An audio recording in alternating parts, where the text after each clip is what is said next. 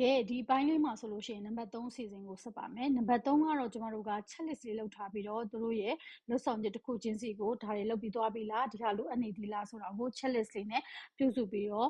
သူတို့ရဲ့လိုအပ်ချက်တွေကိုသိနိုင်မယ်နည်းလမ်းလေးဖြစ်ပါတယ်နံပါတ်3 season ဖြစ်ပါတယ်နံပါတ်4 season ဆိုလို့ရှိရင်တော့ကျမတို့က observation လို့ခေါ်ပါတယ်အရင်လည်းထိရောက်ပြီးတော့data အချက်လက်ကိုလည်းအခိုင်အမာရတဲ့စနစ်လေးဖြစ်ပါတယ်HR ကို၌ကသက်ဆိုင်ရာလုပ်ငန်းခွင်တွေကိုတွားရောက်ပြီးတော့ရှိရင်သူတို့ရဲ့လုပ်ငန်းဆောင်တာတွေကို observe လုပ်ခြင်းအပြင်မိကွန်းတွေသူတို့ရဲ့လိုအပ်ချက်တွေ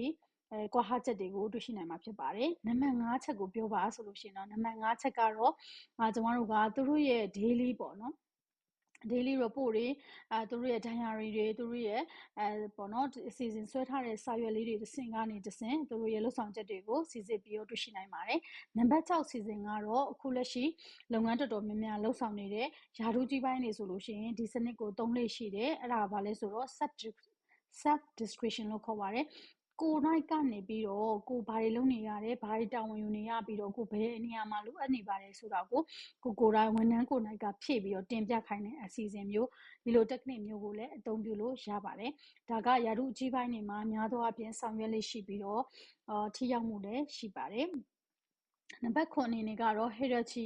hierarchical analysis or task လို့ခေါ်ပါတယ်။သူကတော့လုပ်ငန်းစဉ်တစ်ခုချင်းစီကိုအသေးစိတ်ရေးပြီးခွဲခြမ်းစိတ်ပြပြီးတော့စီစစ်တဲ့စနစ်ဖြစ်ပါတယ်။ဒီလိုစိတ်9ဆင့်ဒီလို technique 9မျိုးကိုသုံးပြီးတော့ကျမတို့ကဝန်ထမ်းတွေရဲ့လုပ်ငန်းဆောင်တာတွေရဲ့လက်ရှိလုပ်နေတဲ့အလုပ်တွေရဲ့ကိုလိုချင်နေတဲ့ပေါ့နော်ဒီလုပ်ငန်းတာဝန်တွေကိုစီစစ်ခွဲခြားလို့ရပါတယ်ကျမက HR consultant တယောက်အနေနဲ့ဆိုရင်ကျမကပုံမှန်ဆိုလို့ရှိရင်ကျမတို့ကဒီ conversation ဆိုတဲ့တူတယောက်ချင်းကိုတွေ့ဆုံပြီးတော့ assessment မေးခြင်း observation လုပ်ခြင်းစသည့်နီးစနစ်နှစ်ခုကိုပေါင်းပြီးတော့ဗန်ဖန်ရန်ကမှာသုံးလေးရှိပါတယ်အဲ့ဒါကလည်းအခုလက်ရှိမှာရန်ထိရောက်တဲ့နည်းလို့ပြောပြရစီဆိုတော့လူကြီးမင်းကဒီလိုမျိုး process မျိုးဘယ်အချိန်မှလုပ်ရမှာလဲဆိုတော့ရှေ့မှာပြောထားတဲ့အတိုင်းပဲအခုကာလအသင့်တော်ဆုံးဖြစ်ပါတယ်ကျမ